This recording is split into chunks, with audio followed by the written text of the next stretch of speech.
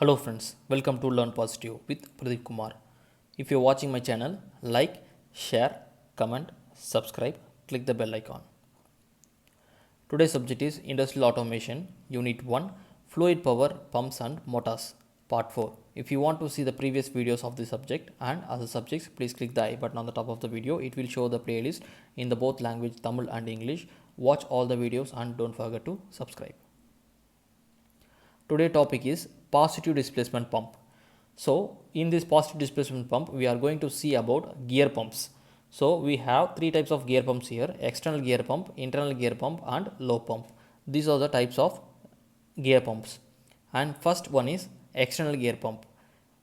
We are going to see the construction of external gear pump. You can see the image I shown up in the screen. It consists of two identical intermeshing spur gears with involute teeths. So one of the gear is keyed to the electrical motor and acts as a driver while the other gear is revolving ideally. So it is a driven gear.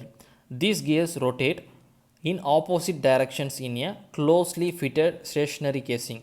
So they will rotate within the casing to and create the vacuum pressure, and it has one section valve and another delivery valve in it. The working of the gear pump. So when the pump is started working, rotate of gears forces the air from the casing to delivery side. Hence the partial vacuum is created at the eye end of the suction chamber. This creates the section inside the chamber, and then the oil from the reservoir enters into the suction chamber by the action of atmospheric pressure acting on the oil surface in the reservoir. Now the oil is suctioned.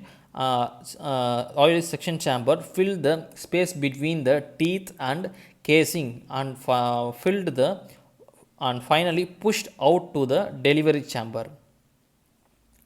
You can see this. So since the teeth of the gear has a perfect meshing, it serves as a seal between the suction and delivery chamber. Thus the action is repeatedly taken place. The flow of the liquid from the delivery chamber is continuously and uniformly delivered. So you can see this working process in this image at the third image. And now we are going to see about the external gear. You can see the image shown in the screen.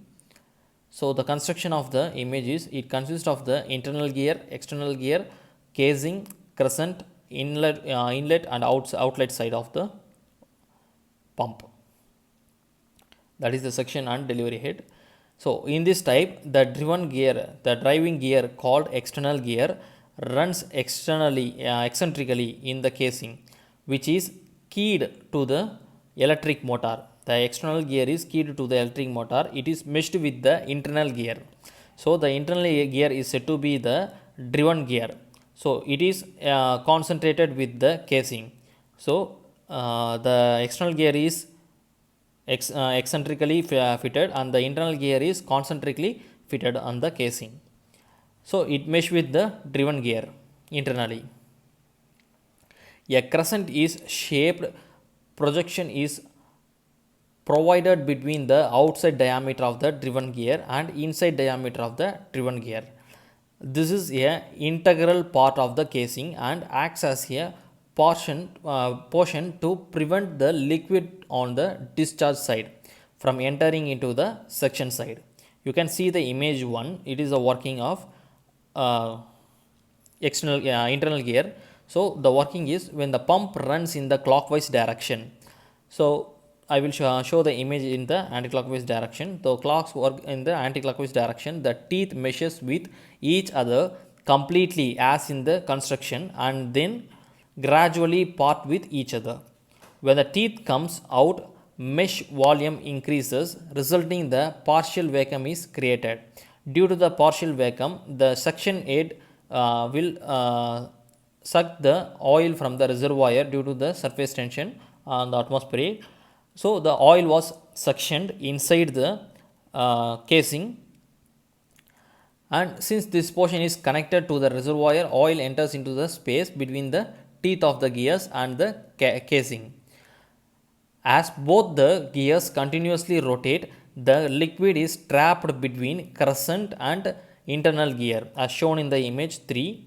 It is a driven and crescent and external gear is a driver. As the gear and crescent are enclosed with the casting, oil is discharged into the outlet with a pressure. So these are the explanations of construction and working of internal gear, external gear and internal gear pumps. And now we are going to see the low pump. In this pump, the gear wheels are replaced by the propellers of 2, 3 or 4 lobes. So it is named as a low pump. Construction and working principle are combined with together, and the lobe pump consists of 2 lobes placed in the housing as shown in the figure. It has one delivery head and one section head. The operation of this pump is similar to the external gear pump. The design of the lobe is different from the gear, but it is the same operation. But unlikely the external gear pump, both lobes are driven externally. In the gear pump, we are driving one gear and another one is a driven gear. But in this method, we are going to drive both the lobes. The lobes are rotating and creates two chambers between creating two chambers between the lobe and the wall of the pump chamber. The lobe are rotated, one being directly driven by the source of the power, the another through timing gears.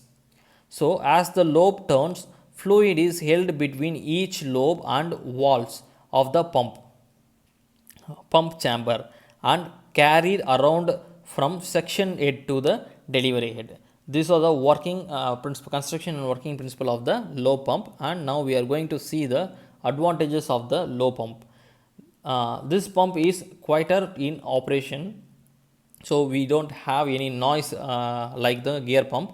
This is the quieter than the gear pump. It is in this type of pump, it is used to pumping liquid, gas, air with low pressure and high flow rate liquids.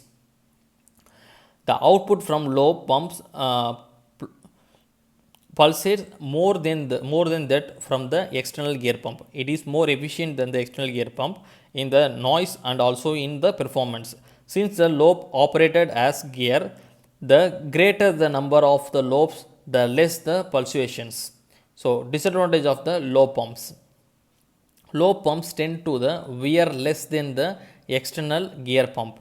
So due to the friction between the two lobes, the wear and tear may happens more than the external gear pump. It is the only one disadvantages we are facing on the low pump. Friends, if you like this video, give a thumbs up, share with your friends, comment and don't forget to subscribe. Thank you.